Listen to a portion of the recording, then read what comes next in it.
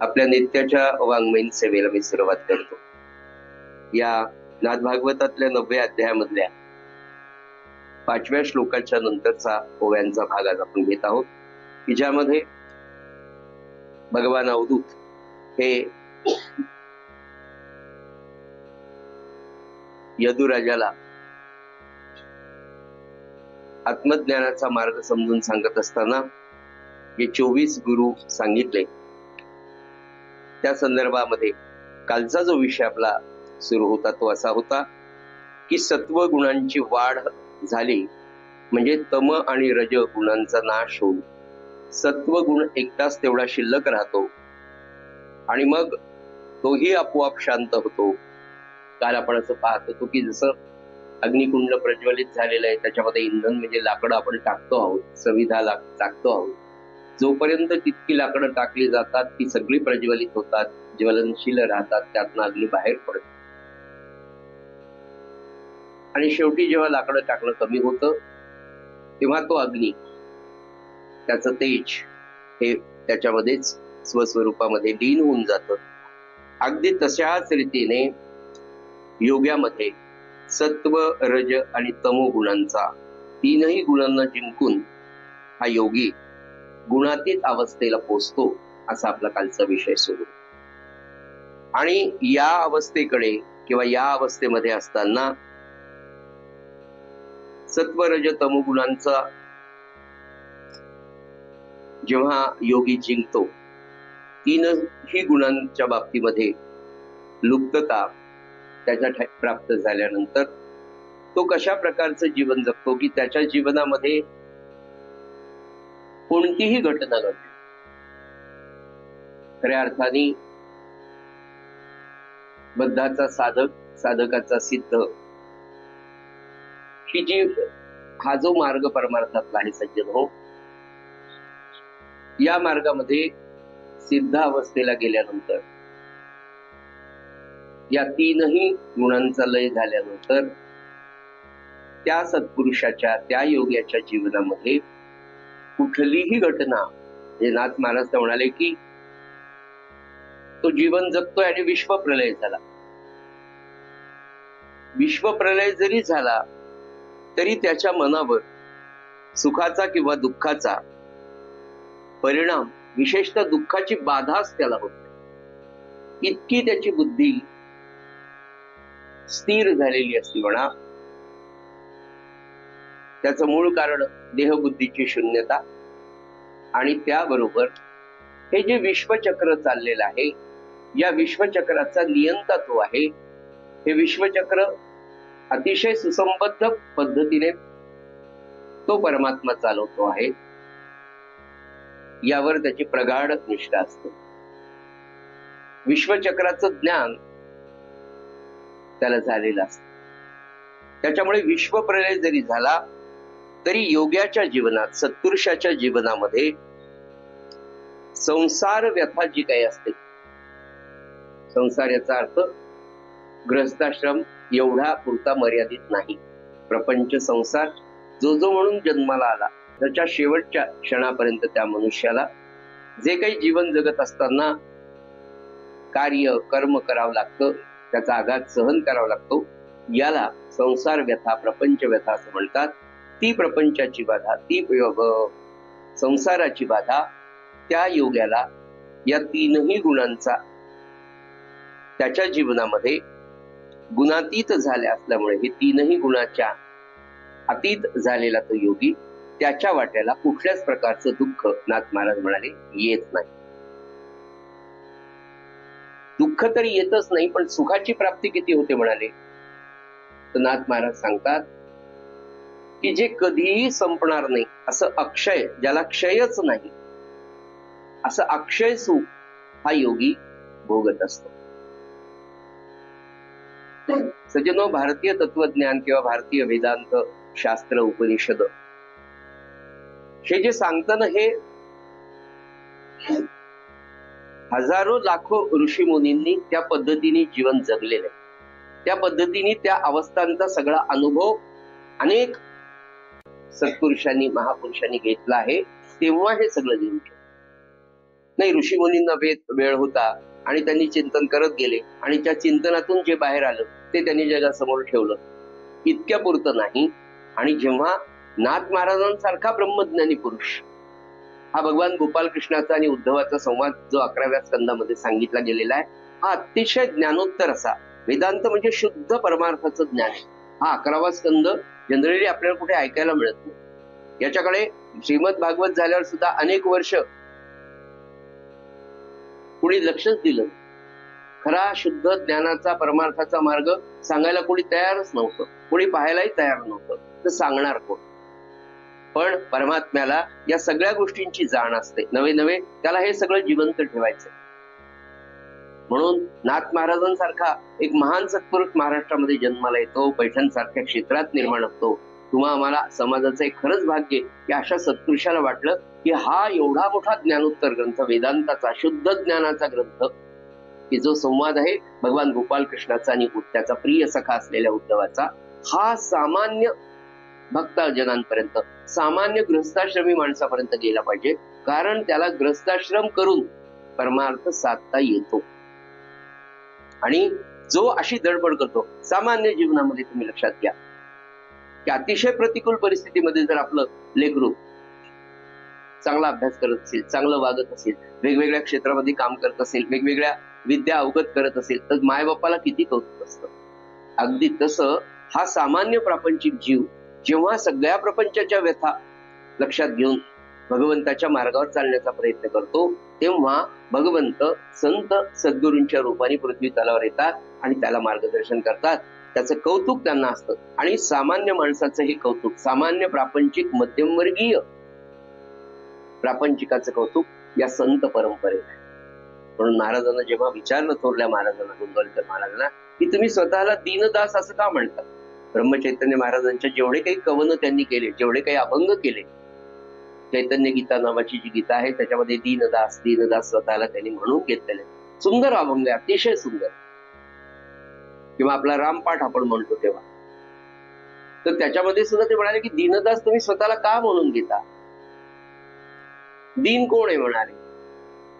त्यांना काही उत्तर देता आलं नाही समोरच्या माणसाला. तेव्हा महाराज म्हणाले खरा दीन कोण असेल तर प्रापंचिक माणूस. आणि पुढे म्हणाले प्रापंचिक माणसाच्या सगळ्या दुःखाची, त्याच्या कसरतीची, प्रपंचामध्ये त्याला किती प्रकारची कसरत करावी लागते, किती प्रकारच्या दुःखांना, अपमानांना, आर्थिक परिस्थितीला, मानापमानाला तोंड द्यावं लागतं. आणि ते सगळं पाहताना खऱ्या अर्थाने दीन जो कोणी असेल तर म्हणाले सामान्य मध्यमवर्गीय प्रापंचिक माणूस. आणि त्या प्रापंचिकाची ती अवस्था पाहूनच अगदी सोप्यातलं सोपं साधन मी सांगतो. म्हणाले की तुम्ही नाम, आणि म्हणून त्यांचा मी दास आहे, अशा सगळ्या सामान्य प्रापंचिकाचा मी दास आहे. म्हणून महाराज म्हणाले की मी स्वतःला दीनदास असं म्हणून त्यांची सेवा करण्यासाठीच मी आलो. एवढा ब्रह्मज्ञानी पुरुष. आणि अगदी तीच परिस्थिती ते नाथांची, की ही नाथांनी जे सांगितलंय की तो अक्षय, की ज्या सुखाचा कधी क्षय होत नाही, अंत होत नाही, असं अक्षय सुख त्या योग्याला, त्या संत महात्म्याला सज्जन होऊन मिळत. वरवर जर पाहिलं आपण संतांचा, त्यांचा गृहस्थाश्रम अतिशय साधा. आपला गृहस्थाश्रम आणि संतांच्या गृहस्थाश्रमाची आर्थिक सामाजिक सगळी परिस्थिती जर पाहिली तर त्यांच्यापेक्षा आपण कितीतरी सुखात आहे. पण एवढं सगळं करून सुद्धा तो संत महात्मा असं सुख भोगतो. आणि हे सांगत असताना ही सगळी जी अवस्था आहे ही नाथ महाराजांनी उपभोगली. नाथ महाराज ब्रह्मज्ञानी होते, ते या मार्गाने गेले. म्हणून ती प्रत्येक अवस्था ते बारीक सारीक छोट्या छोट्या निरीक्षणांसह आपल्याला सांगतात की नाही तुम्ही या मार्गाने जा, ही रुळलेली वाट आहे, नाही इथून जा, डावीकडे वळा, उजवीकडे वळा, सरळ चाला, असा रोड लागेल. सगळं तुम्हाला व्यवस्थित नाथ महाराज या ग्रंथात, नाथ असतील, समर्थ रामदास स्वामी असतील, ज्ञानेश्वर माऊली असेल, तुकारामांची गाथा असेल, नामदेवांचे अभंग असतील, सगळ्या म्हणून किती म्हणून मी तुम्हाला सांगतो. तर ते म्हणाले की अक्षय अशा सुख त्याला प्राप्त होतं. योग्याला आत्मस्वरूपामध्ये हे अक्षय सुख अखंड प्राप्त झालेलं असत. आणि म्हणाले आणि हे सगळं सुख तो भोगत असताना तुम्हा आम्हाला देहामध्ये वावरत असताना तुमच्या माझ्यासारखी कर्म करताना दिसत. संतांचा ग्रस्ताश्रम तुम्ही आपण सगळेजण पाहतो, सारखाच असतो, दिसायला तो सारखाच असतो. तुमच्या माझ्यासारखे कपडे घालतो, तुमच्या माझ्यासारखा संसार करतो, तुमच्यासारखे पाहुणे रावळे मान अपमान आहेर उपचार त्यालाही करा. आणि हे सगळं तो करत असतो. पण हे करत असताना तो त्याच्या त्या आनंदापासून कधी पदच्युत होत नाही. आपली परिस्थिती ती नसते म्हणून चिडचिड, राग, द्वेष, लोभ, चिंता, भय, काळजी इतक्या सगळ्या वेदनांनी आपण ग्रासलेलो असतो. देहामध्ये वावरत असताना दिसला तरी तो देहाच्या अतीत देहातीत असतो आणि म्हणून त्याला काळजीचा स्पर्शच होत नाही. म्हणजे हा असा योगी पुन्हा अवधूत म्हणतात की त्या पाळण्यात झोपलेल्या लेकरासारखा निरागस काळजी रहित दिसतो. त्याचं सूत्र अवधूत म्हणाले, म्हणून त्या बालकाला मी गुरु केलं.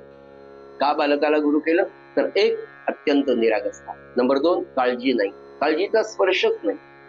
फक्त एकच आहे की तो अज्ञानी आहे आणि योगी आत्मज्ञानी आहे. योगी आत्मज्ञानी असल्यामुळे काळजीमुक्त आहे आणि बालक अज्ञानी असल्यामुळे. सूत्र ते म्हणाले की काळजीमुक्त राहा. म्हणून या सगळ्यांचा म्हणजे ब्रह्मचैतन्य महाराज रामानंद महाराजांचं वैशिष्ट्यच आहे. नाथ भागवताचं प्रचंड चिंतन वाचन नव्हे.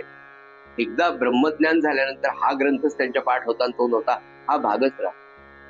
विश्वनिर्मितीचं जे ज्ञान आहे, विश्वाच्या सगळ्या घडामोडींचं ज्ञान ज्याच्याकडे आहे, तर परब्रह्म परमात्मा, त्या परमात्मा स्वरूपाला मिळालेले नव्हे, ते परमात्मा स्वरूप असलेले सकल संत ब्रह्मज्ञानी असतात. त्यांच्याकडे या विषयाचं ज्ञान म्हणून नाही. पण नाथ महाराजांच्या या ग्रंथाचा महाराजांच्या बोधवचन ते की म्हणाले की अरे सोडूनच द्या, काळजीच करतो, फक्त तुमचं कर्तव्य करा. कारण शेवटी ज्ञानेश्वर माऊलींनी जे 9व्या अध्यायात सांगितलं की तुम्ही फक्त कळसूत्री भावली आहात. या सगळ्या चातुर्मासाचं श्रेय एका वाक्यात तुम्ही लक्षात ठेवा. आपण सगळेच पण लक्षात ठेवा. साहेब मी तुम्हाला काही अधिकार वाणीने सांगत नाही, आपण सगळ्यांसाठी की ज्ञानेश्वर माऊलींनी किंवा भगवान गोपालकृष्णांनी भगवद्गीतेच्या 9व्या अध्यायामध्ये जे सांगितलं तेच की करता करविता तो परमात्मा आहे, तुम्ही त्याच्या हातात ती कळसूत्री भावली आहे, तो नाचवेल तसंच तुम्हाला नाचावं लागणार आहे. फक्त तुमच्या हातात एवढं स्वातंत्र्य आहे. हसत हसत नाचायचं का? म्हणजे ज्ञानाने राहायचं का? समजून उमजून राहायचं का? रडत रडत म्हणजे अज्ञानाने जीवन जगायचं. आपल्या हातात फक्त कर्म करण्याचं स्वातंत्र्य आहे. कर्मणे वाधिकार असते मा फलेषु कदाचन. सूत्र असं आहे, फळाची अपेक्षा आली की दुःखाची निर्मिती होते. मी इतका अभ्यास केला, मग मी इतके प्रयत्न केले, मला तो जॉब मिळायलाच पाहिजे होता, मी परीक्षा एमपीएससी भीती, माझ्या लाखो लोक एका वेळेला अभ्यासाला बसले, लाखो. प्रत्येकाची बुद्धिमत्ता, प्रत्येकाचे परिश्रम आणि शेवटी प्रत्येकाचं प्रारब्ध ठरलेलं. पण त्या प्रारब्धात महाराज म्हणाले तुम्ही निवांत राहू नका. यज्ञ कसो न करीन यश दे रामा न दे तुझी सत्ता. हा 20वा गुरु भगवान अवधूतांनी यदुराजाला समजून सांगितला, जो बालक. आता पुढचा गुरु सांगत असताना ते म्हणाले की पुढचा गुरु सांगतात की एकाकी जाहल्या विन तत्वता हे अवस्था न चढे हाता येची विषयी नृपनाथा कुमारी गुरुकथा सांगेल. ज्या सुखासी नाही अंत ते सुख स्वरूप प्राप्त झाले ते देही वर्तता देहातीत चिंता आवर्त त्या नाही. आता आपण जो शेवटचा मुद्दा आपल्याला भगवान अवधूत यदुराजाला सांगत होते, नाथ महाराज आपल्याला सांगत होते, तो मुद्दा असा होता की असं अक्षय सुख त्याला प्राप्त होतं, तो देहातीत होऊन जातो, तो सगळी कर्म तुमच्या माझ्यासारखी करत असताना दिसतो, पण त्याला चिंतेचा काळजीचा स्पर्श झालेला नसतो. हे कशावरून? तर ते म्हणाले एकाकी जाहल्या विन तत्वता ते अवस्था न चढे होता येची विषयी नृपनाथा यदुराजा कुमारी कथा कुमारी गुरु कथा सांगे. आता हे कशाने प्राप्त झालं म्हणाले? याचं सूत्र काय? योग्याला इतकं कसं छान प्राप्त होतं याच्यासाठी मी 21वा जो गुरु मानला ती आहे कुमारिका. का? कसं? कशाशिवाय तो काळजीमुक्त झाला? कशामुळे काळजीमुळे होता? तर म्हणाले तत्व त्याचं असे एकाकी जाहल्या होईल. त्याच्यासाठी सोपं सूत्र महाराज सांगितलं की परमार्थ हा एकट्यानी एकट्याशी खेळायचा खेळ. त्याच्या पुढे जाऊन जिजिमाय सुशीला काकू आळशींना म्हणाल्या, आळशी आपले सोनाटीच्या, त्या काकू म्हणल्या, जिजीमाय 4-4:30 वाजले, खेड्यातले दिवस होते, जिजीमाय त्यांच्याकडे राहायला आल्या होत्या सोनाटीने. खेड्यातलं सगळं दिनचर्या आपल्याला सगळं पहाटे उठून सगळं दुपारची जेवणे मिळणे, थोड्या विश्रांती झाली. 4-4:30 बाहेरच्या अंगणात उन्हाळ्याचे दिवस होते म्हणून झाडून पुन्हा पाणी टाकलं. आणि काकू म्हणाल्या, जिजीमाय थोडं बाहेर अंगणात बसू ना, बाहेर चला. पटकन जिजीमाय म्हणल्या, अगं बाहेर काय, सगळं आतच नाही म्हणाय. एकाकी जाहल्या विना एकांत. एक म्हणजे जो मी मी म्हणून मी म्हणतो ना, त्या मीचाही अंत म्हणजे देहबुद्धी शून्य, स्वतः मी कोणीच नाही, मी आणि तो एकच आहे. हा एकाकीपणा, एकाकी जाहल्या विना, त्यांना एक म्हणायचं आहे की आपण जे म्हणून मी जीव हा भ्रम, मी जीव आहे हाच भ्रम आहे. द्वैत बसायला त्याच्यामुळे निर्माण झाला, जीव आणि शिव. हे सूत्र शिकण्यासाठी भगवान अवधूत म्हणतात यदुराजाला की अरे मी एक गुरु जो 21वा केला ना, तो गुरु आहे कुमारिका. आता कुमारिका काय आहे त्याची थोडीशी प्रस्तावना आपण आधी सांगतो तुम्हाला. कोण एके कुमारीसी घरी राखण ठेवून तिसी, पिता माता स्वगोत्रेसी गेली यात्रेसी कुळदेवता. ते कुमारीचे विवाह लग्न पूर्वी नेमिले होते जाण, त्या निश्चया लागी ब्राह्मण गरा संपन्न पै आले.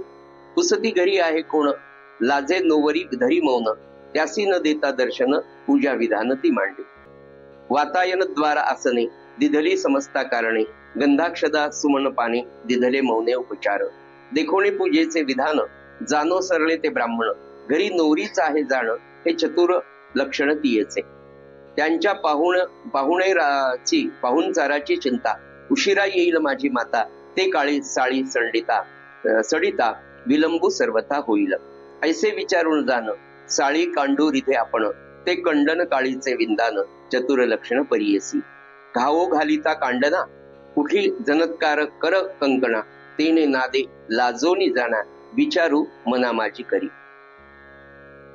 त्या कुमारिकेची कथा, तिला गुरु का केलं, त्या कुमारिकेच्या घरी काय घडलं, ही कथाच यदुराजाला भगवान अवधूत सांगतात. पण ही कुमारिकेची कथा सांगत असताना त्याचं एक मूळ सूत्र, एक 2-3 सार त्यात आपल्याला नेमकं काय पाहायचं हे तुम्हाला पहिल्यांदा सांगतो. फार सुंदर सूत्र त्याच्यामध्ये दिलेली आहेत पहा. एक पहिलं सूत्र ते असं म्हणतात की द्वैत असेल तर भय निर्माण होते. सूत्रात सिद्धांत लक्षात घ्या. काय म्हणतात, दोनपणा, एक नाही दोघे, तर द्वैत जर आलं तर मानवी जीवनामध्ये त्यांचं असं म्हणणं आहे की भय निर्माण होतं. मी तो आणि मी एकच आहे. आता हा वेदांतातला सिद्धांत समजून सांगणं दृष्टांताच्या पातळीवर पुन्हा प्रपंचाचंच उदाहरण घ्यावं लागेल.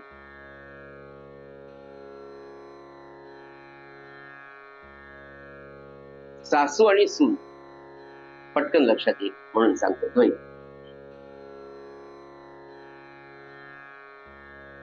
अरेंज मॅरेज, लव्ह मॅरेज असं म्हणत असताना त्याच्या पुढचं सूत्र मी तुम्हाला आधी सांगतो की नवरा बायको एका विचाराने, एका तत्वाने जर प्रपंच करत असतील, एकच विचार दोघांचा आहे, प्रपंच या पद्धतीने करायचा, परमार्थ या पद्धतीने करायचा, समाजात दोघांचा विचार जर एक असेल तर संसार करताना भय राहील. सुनबाई आणि सासूचा विचार जरी एक असेल, परवाची आपण त्या ताकाची गोष्ट पाहिली, मला विचारल्याशिवाय कसं काय ताक देईल, परत कर, हा आता मला विचार, सासूबाई हिला ताक देऊ का, हा दे, मग दिलं. त्यातला वेगळा अर्थ घेऊ नका. मला फक्त सांगायचं आहे की एकपणा असेल, एक चित्त असेल, एक विचार असेल, एका विचाराने घर चालत असेल की जिथे द्वैतच नाही. आपल्या घराण्याचं तत्व काय, आपल्या कुळाचं तत्व काय, आपल्याला या पद्धतीने प्रपंच करायचा, आपल्याला या पद्धतीने आपला कुलधर्म कुलाचार करायचा, आपल्याला जीवन आनंदासाठी भगवंताच्या सेवेत समोपचाराने आनंदाने सगळ्यांनी घालवायचा असा सगळ्या कुटुंबाचा एकच विचार असेल तर तिथे भय राहील का? दोन द्वैत आलं की दोन मार्ग आले, दोन विचार आले, दोन फाटे फुटले. एकाचा हा विचार, एकाचा हा विचार. हे प्रपंचाच्या पातळीतलं मी उदाहरण आहे, वेदांतातलं नाही. म्हणून समजून घेण्यापुरतं लक्षात घ्या की द्वैत आलं की भय निर्माण. भयामधून काय होतं? कालच पाहिलं आपण. काळजीची कन्या म्हणजे भीतीची कन्या काळजी. भय आलं की काळजी निर्माण. द्वैत आलं, भय निर्माण झालं. भय आलं, काळजी निर्माण होतेच. म्हणलं तुम्हाला फक्त डॉक्टरनी एवढं म्हणा, गाठ आहे बाबा, थोडं बायोप्सी करून पाहता का? बस एक वाक्य डॉक्टरचं, बायोप्सी करून पाहता म्हटलं की झालं. भय निर्माण झालं की मला कॅन्सरच झाला आणि आता मोठ्याच हॉस्पिटलमध्ये बस आता कसं होईल आणि यांचं कसं होईल, काही कोणाचं अडणार नाही. भयामधून काळजी निर्माण होते आणि काळजीने मनुष्याला दुःख निर्माण. पुढे म्हणाले, जोपर्यंत मी देह आहे अशी भावना असते, हे सगळं पुन्हा कुठं कशाने निर्माण झालं? मी देह आहे, मला हे झालं, मला हे, माझं हे, या दोन सूत्रांनी सगळं दुःखाचे निर्माण. देहबुद्धी जिथून निर्माण होती, तो देह, मी देह आहे ही भावना असते तोपर्यंत दृश्याचं, या सगळ्या दृश्य विश्वाचं आपल्याला प्रेम आहे. त्याचं सूत्र आहे, मी देह आहे आणि या देहातून मला सुख मिळणार आहे. मला जे काही सुख द्यायचं या देहाला देतो. किती माणूस देहाला जपतो? ईश्वरापेक्षा जास्त जपतो. तुमच्या हातात देवाची मूर्ती आहे, तुम्ही पडायला लागले तर पहिल्यांदा मूर्तीला सांभाळा का तुम्हाला सांभाळा?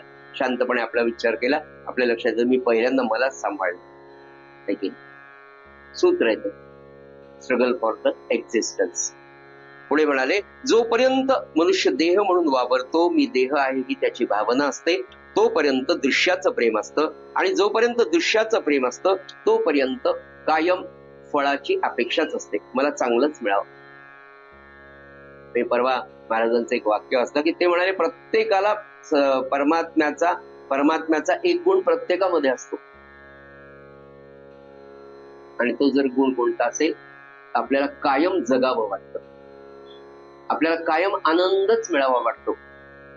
आपल्याला कायम आनंद मिळावा वाटतो याचं कारणच तुम्ही परमात्मा स्वरूप आहात, कारण परमात्मा हा आनंद रूप आहे आणि आपली कायम ओढ आनंदाकडे, म्हणून आपण परमात्म्याचे अंश. एवढं तरी आपल्या पक्क लक्षात राहिलं पाहिजे. ते राहतं पण ते कार्य करत नाही ज्या पद्धतीने आयुष्यभर आपण कार्य करायला पाहिजे.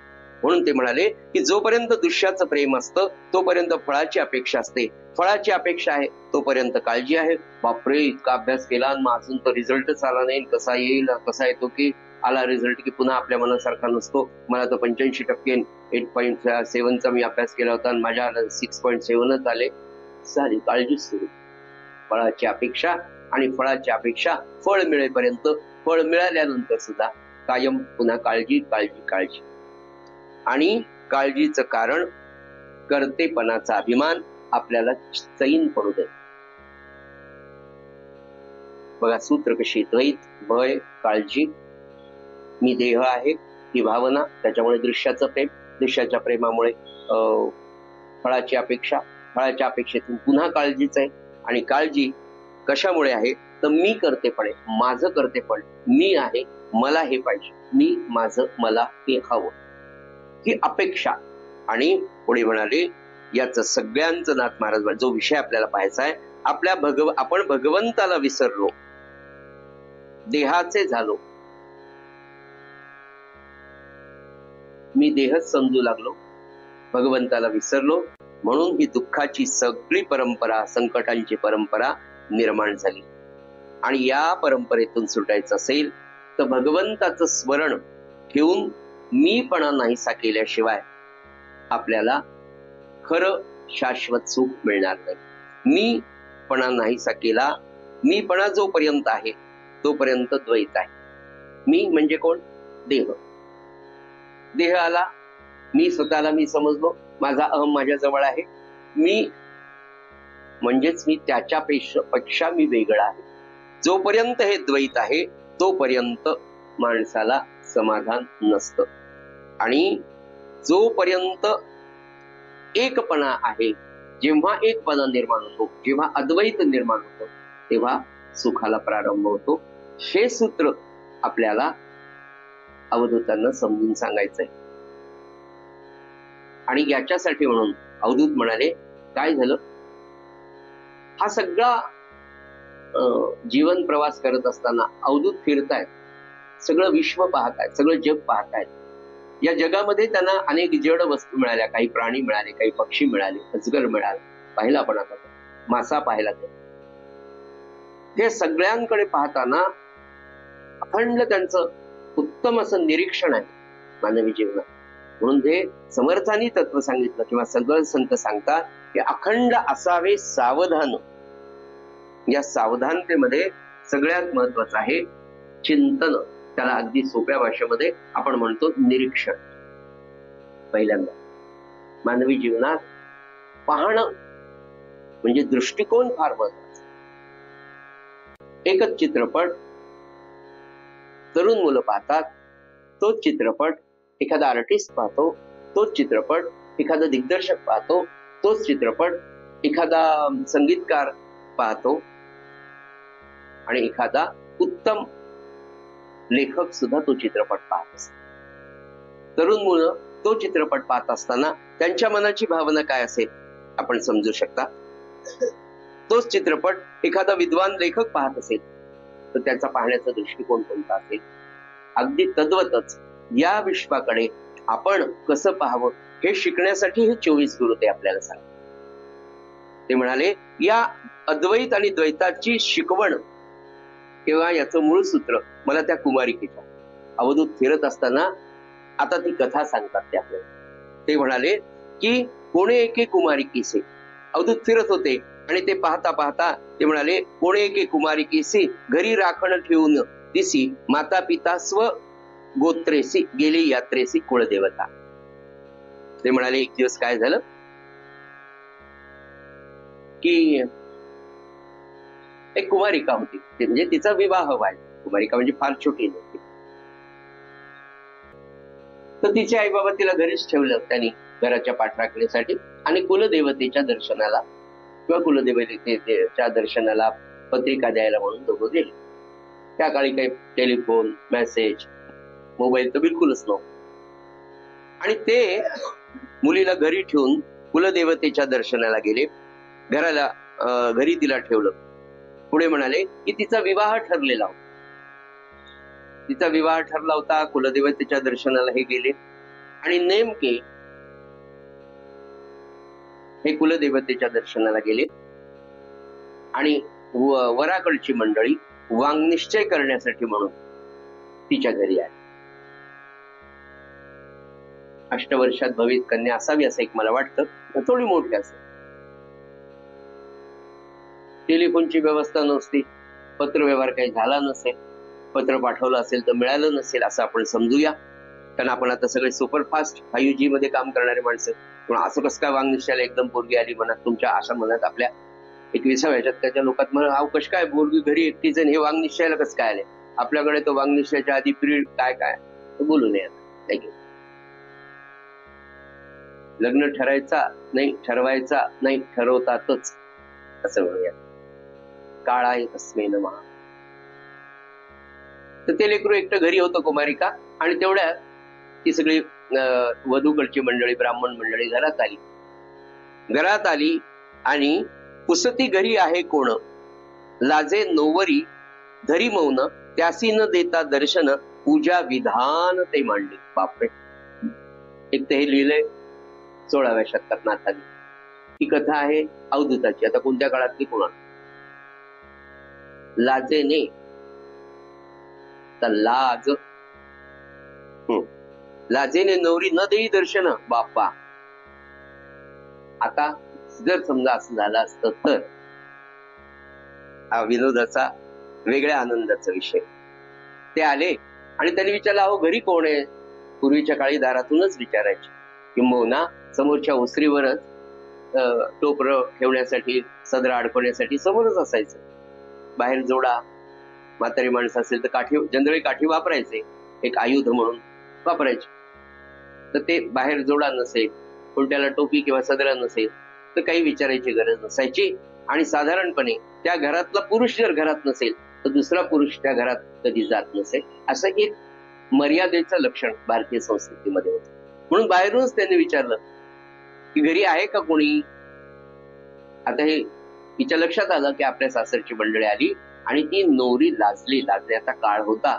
लज्जा हा स्त्रीचा अलंकार आहे हे तत्कालीन स्त्रियांना माहिती की लज्जा काय असते, कशासाठी लाजायचं, लाजण्यामध्ये काय असतं. त्या सगळ्या मर्यादांची लक्षणं सज्जनो या ग्रंथातून एकच ओवी आहे फक्त की लज्जा तिसी वाटे एवढा शब्द फक्त आहे. आणि तिने पाहिलं की सगळी मंडळी पाहुणे मंडळी आली. आणि दुसरं बालपणापासून एक संस्कार सगळ्यांकडे की अतिथी देवो भव. कोणी जरी आला तो अतिथी त्याला गुळ पाणी देणं, त्याला बोलवणं, नमस्कार करणं, काहीच नाही म्हणणं, त्याच्या हातावर गुळ ठेवणं, पाणी देणं, नमस्कार करणं. आणि दार दूर पडद्याच्या आडून सांगायचं आई बाबा घरी नाही.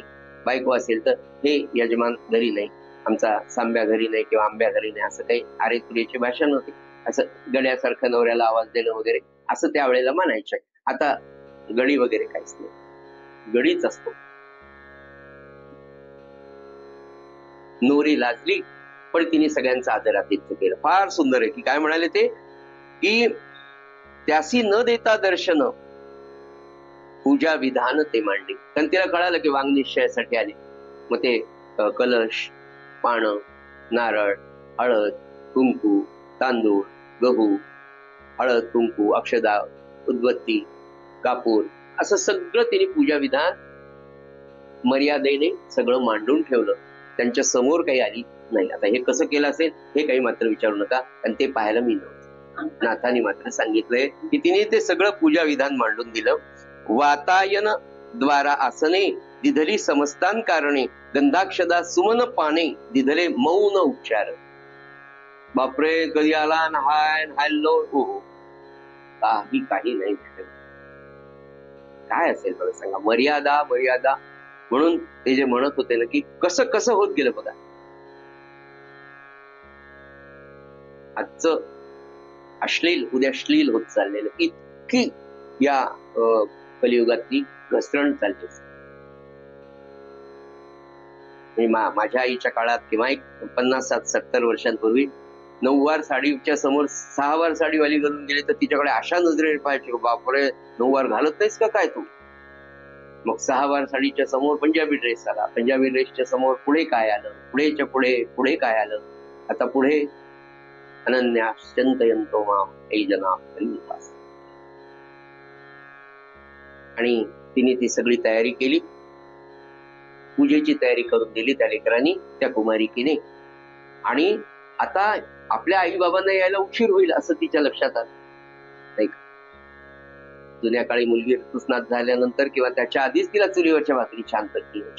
आजही माझ्या आपल्या खेड्यांमध्ये किंवा काही ठिकाणी 6वी-7वीच्या मुली हातावरच्या भाकरी उत्तम करतात. हातावरच्या अशा मोठ्या छान. मग तिला कॉम्प्युटर येतं का, तिला भाकरी येते. भूक लागल्यानंतर कॉम्प्युटरची भूक आहे आणि भाकरीची पण भूक आहे. दोन्ही काही त्याज्य नाहीये पण दोन्ही समसमान आहे. तर तिने विचार केला की आई बाबांना यायला उशीर होईल, ही पाहुणे मंडळी आलेली आहे, ते वांगनिश्चयाच्या दृष्टीने आलेली आहे, त्यांना पूजा विधान करायचंय. म्हणून तिने मौन उपचारे सगळं करून दिलं.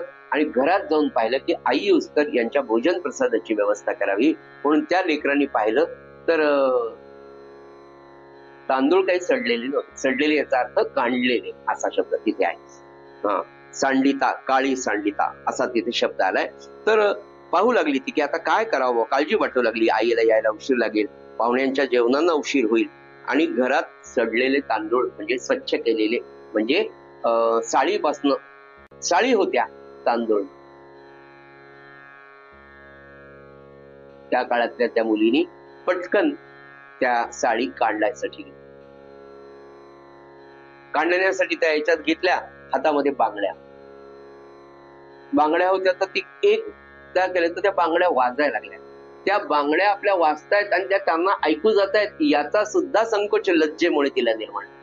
विचार करा काय संस्कृतीमध्ये, भारतीय संस्कृतीमध्ये आपल्या पूर्वीच्या काळी एवढं काय मर्यादा. मी म्हटलं तुम्हाला की मोठी आई आणि बाबा साधूवाड्यात राहत होते. मला पद्मा काकूंनी म्हणजे श्याम कस्तुरेंच्या आईनी सांगितलेली गोष्ट. ते म्हणाले, मी नवीन लग्न होऊन घरी आले होते, आई बाबांच्या जवळ आम्ही राहत होतो, मुलं शिकायला होती आणि बाबांच्या जवळ बाबांचे एक मित्र जे अत्यंत नास्तिक, ग.धो. देशपांडे त्यांचं नाव, फार मोठे स्वातंत्र्य सैनिक, ब्रह्मचारी माणूस, देशासाठी फार मोठी सेवा, आणि आंबेजोगाईला पाठशाळेमध्ये, त्या आंबेजोगाईची पाठशाळा स्वामी रामानंद तीर्थांबरोबर पाहायचं. पण अतिशय विद्वान, म्हणजे सद्गुरूंच्या कृपेने त्यांचा सहवास मला त्यांच्या आयुष्याच्या शेवटच्या 6 महिन्याच्या काळात, आणि मी इथे नांदेडला आलो तेव्हा पहिल्या 6 महिन्यात मला मिळालं. चालतं बोलतं विद्यापीठ एखादं व्यक्तिमत्व असतं, हे आपण बोललेलो आहोत. ते म्हणजे काय? चालतं बोलतं व्यक्तिमत्व, चालतं बोलतं विद्यापीठ, असा महान सत्पुरुष मी पाहिला. इतका ज्ञान, कधी कोणताही प्रश्न विचारा, मुखोत्तर. रोज वयाच्या 88-89 वर्षांचं त्यांचं वय होतं. विदाऊट चष्मा, टाइम्स ऑफ इंडिया असा भिंग घेऊन वाचायचे रोज पूर्ण. मराठवाडा विद्यापीठाच्या लायब्ररीत वाचनाला जायचे. मी पोस्ट ग्रॅज्युएशन करत होतो तेव्हा मी त्यांना पाहिलेले. ते लायब्ररीत गेले, मराठवाडा विद्यापीठ, तो लायब्ररीत उभा राहून नमस्कार करायचा. त्याचे साक्षीदार अंजली मॅडमचे यजमान, काही दिवस तिथे असिस्टंट लायब्ररीत. ते आल्यानंतर सगळेजण हात जोडून की आज हे कोणता ग्रंथ मागतील आणि तो आपल्याला सापडेल की नाही विद्यापीठात. एवढा ज्ञानी मनुष्य. आणि मला बाबा पूर्ण आस्तिक आणि ते पूर्ण नास्तिक, पण मैत्री इतकी शुद्ध आणि विशुद्ध मैत्री की आयुष्यभर बाबा आश्रमात गेले तरी नानांनी, दादांचे मोठे चिरंजीव दादा त्यांना म्हणायचे बाबांचे, त्यांनी अजून तिसरे चिरंजीव, त्यांच्या दोन्ही मुली, सगळ्यांकडे 2-2 महिने ते राहायचे आणि सगळेजण हे आपले वडील आहेत या भावनेने सेवा करायचे. ते स्नान करायचे नाही, संध्या करायचे नाही, काहीच नाही. जबाब करायचं, स्नान करायचे, संध्या किंवा काही देवतार्चन काहीही करायचं नाही. कम्युनिस्ट विचार, समाजवादी विचारांचे होते. तरीही त्यांच्या घरामध्ये त्यांच्याविषयी नितांत आदर होता. आणि असे ते राहत असताना मला काकूंनी एक दिवस सांगितलं, पद्मा काकूंनी, काय नियम असायचे, मला त्याच्यावरून ते कळालं, काय आपल्याकडे आचरणाची परंपरा.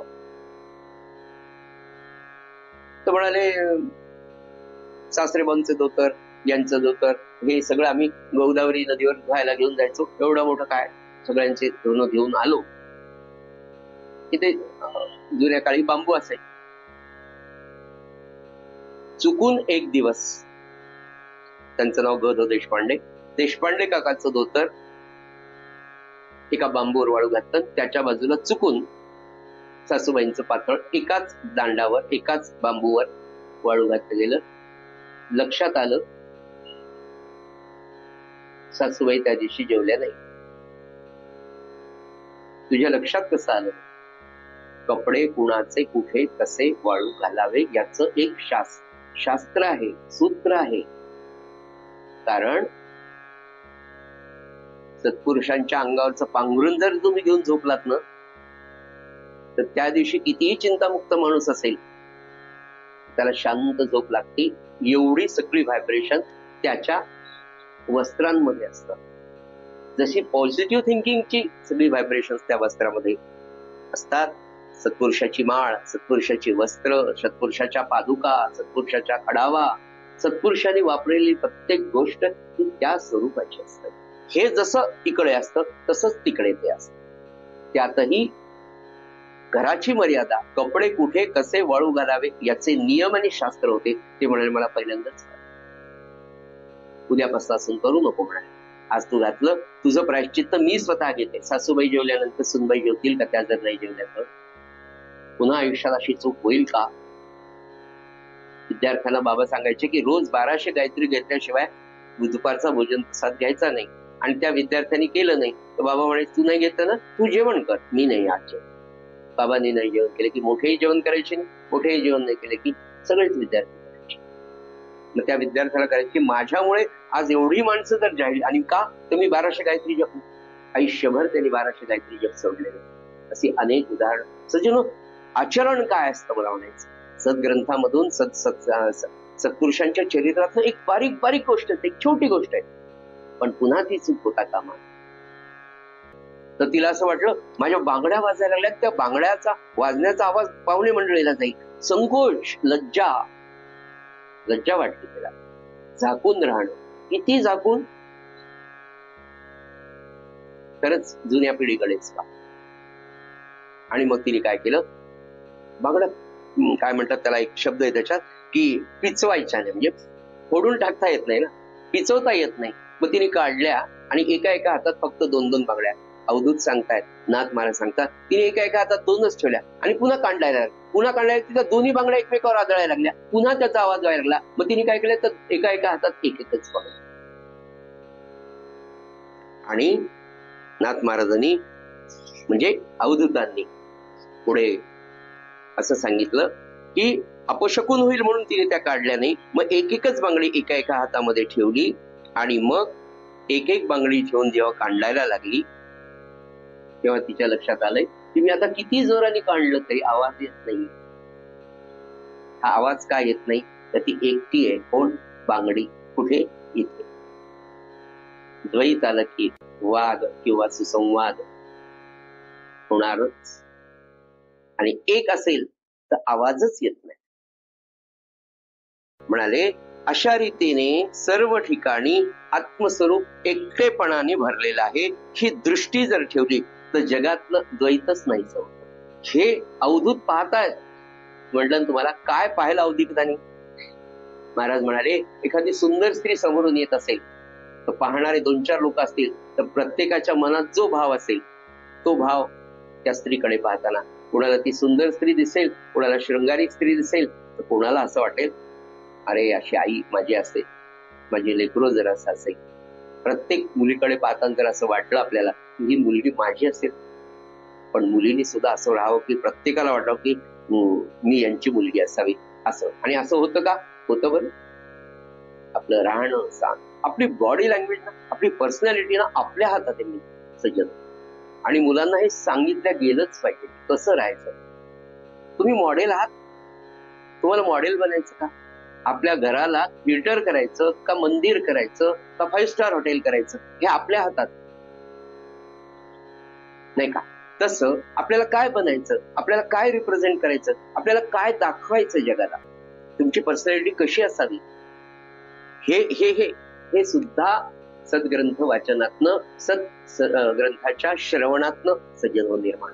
आणि नाथ महाराज अवधूत सांगतात, नाथ महाराज सांगतात की द्वैत नाहीसं झालं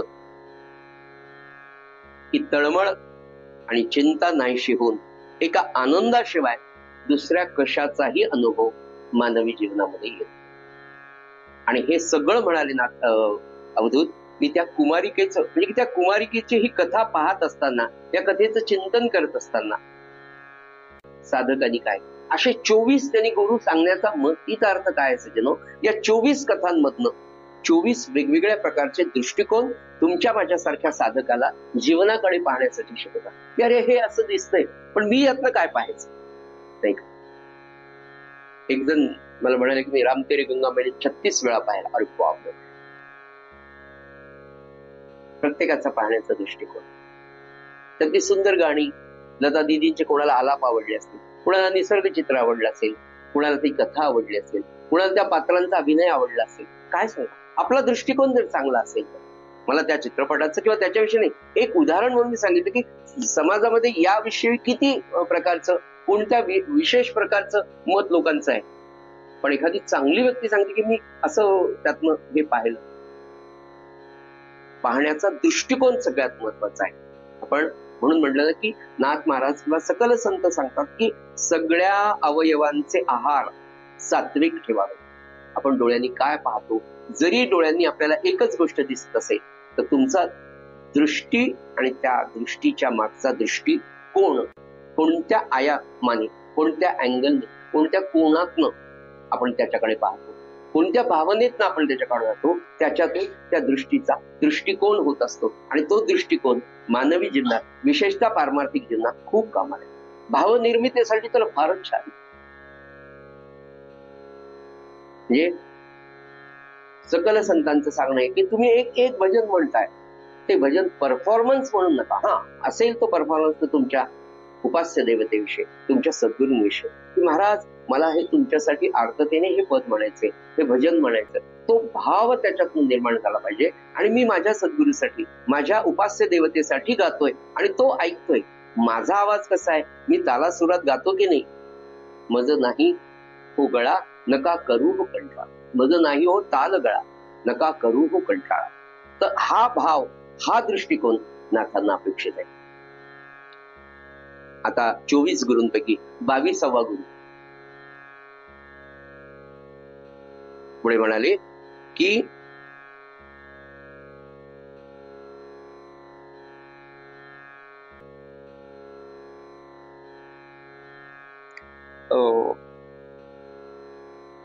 म्हणे याचा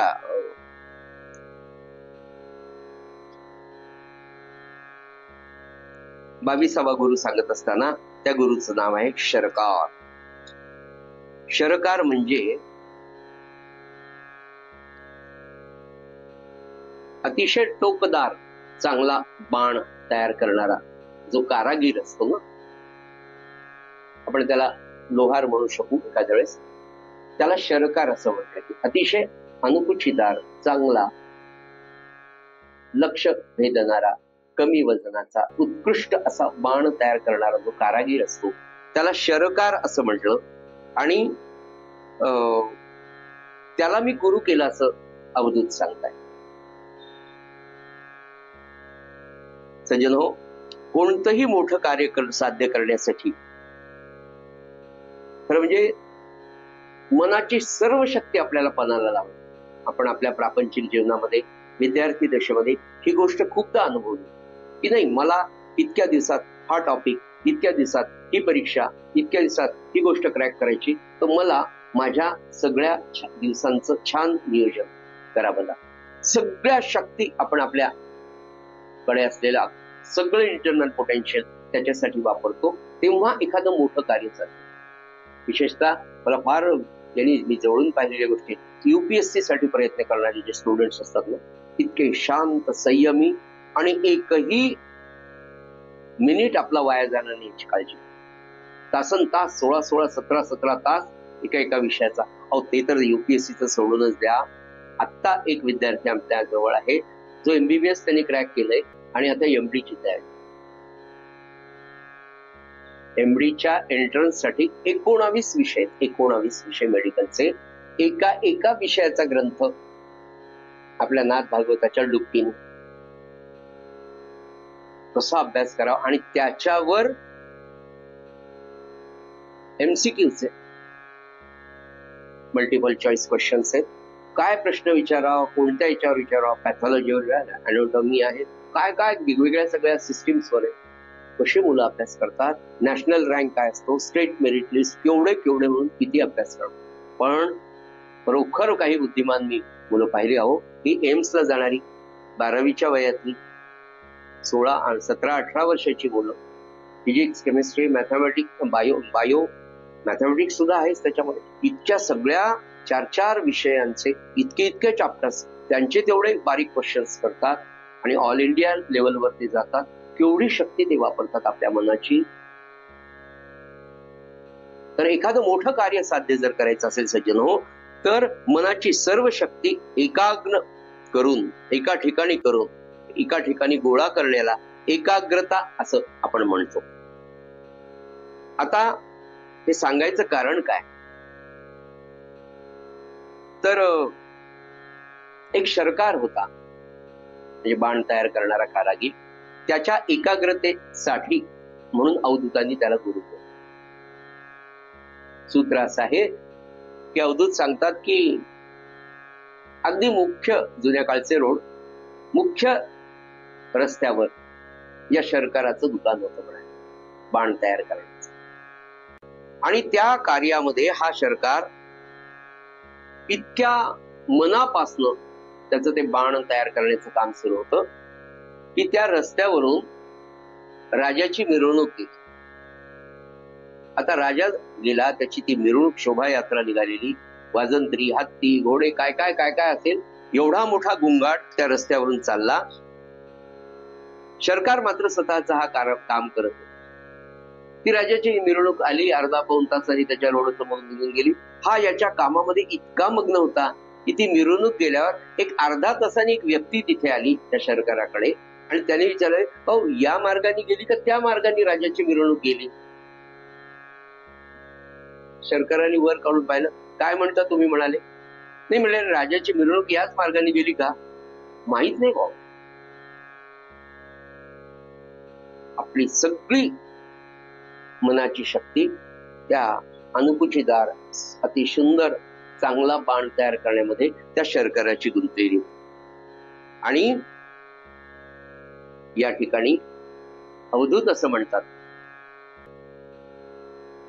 की आत्मज्ञानासाठी एवढी एकाग्रता, इतकं चित्त एका ठिकाणी सलग काही काळपर्यंत राहण्याचा पूर्व प्राथमिक अभ्यास अवधूत सांगतात.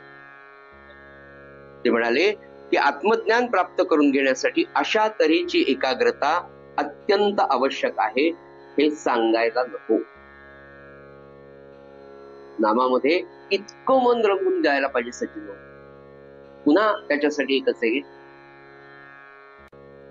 क्वांटिटी वाढवणं गरजेचं. रोजची बैठक, आज 130 माळा, उद्या 140, परवा 145, 5-10 5-10 मनापासनं माळा, नुसत्या माळा नाही पण त्या माळातूनच निर्मित झाली श्रीराम.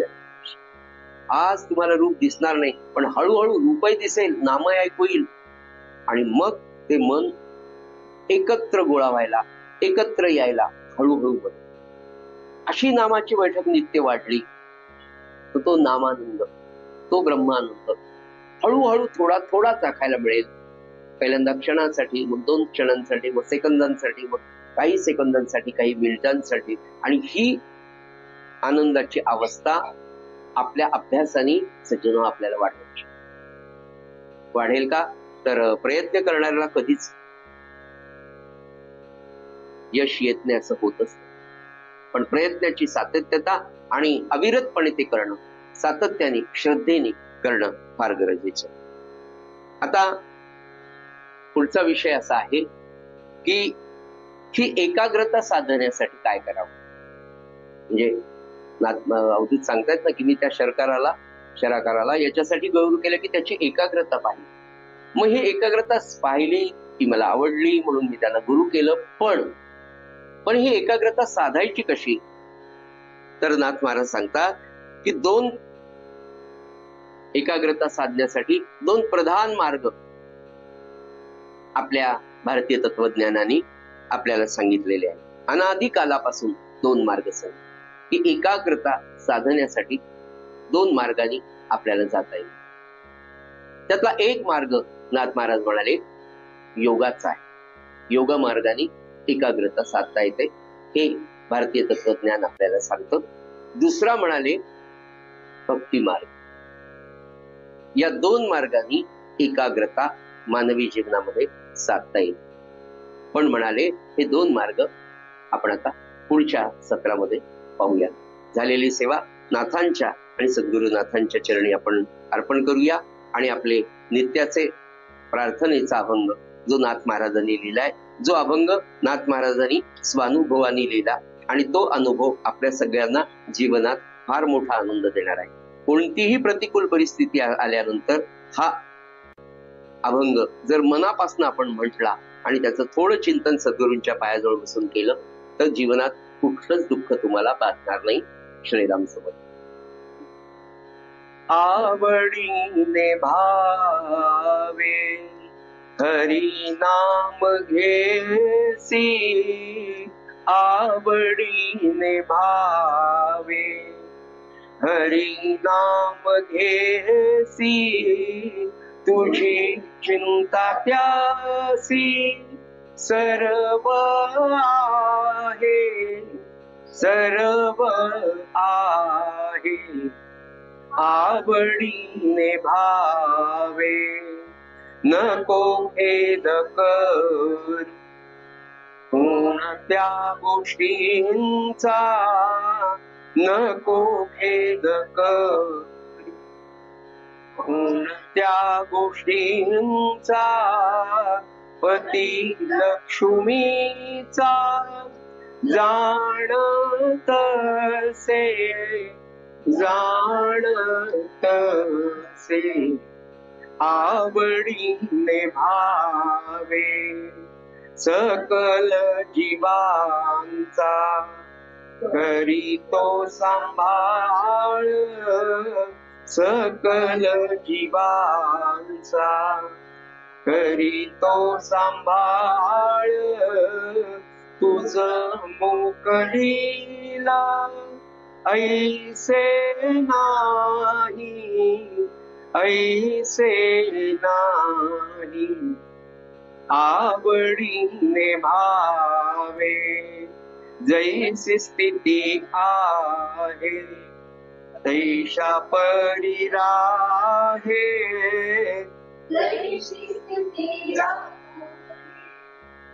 तैशा परी राहे कवतुक पाहे संचिताचे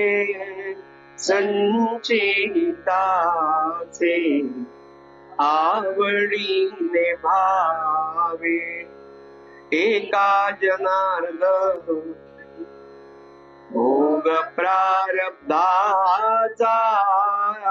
एका जनार्दन भोग प्रारब्धाचा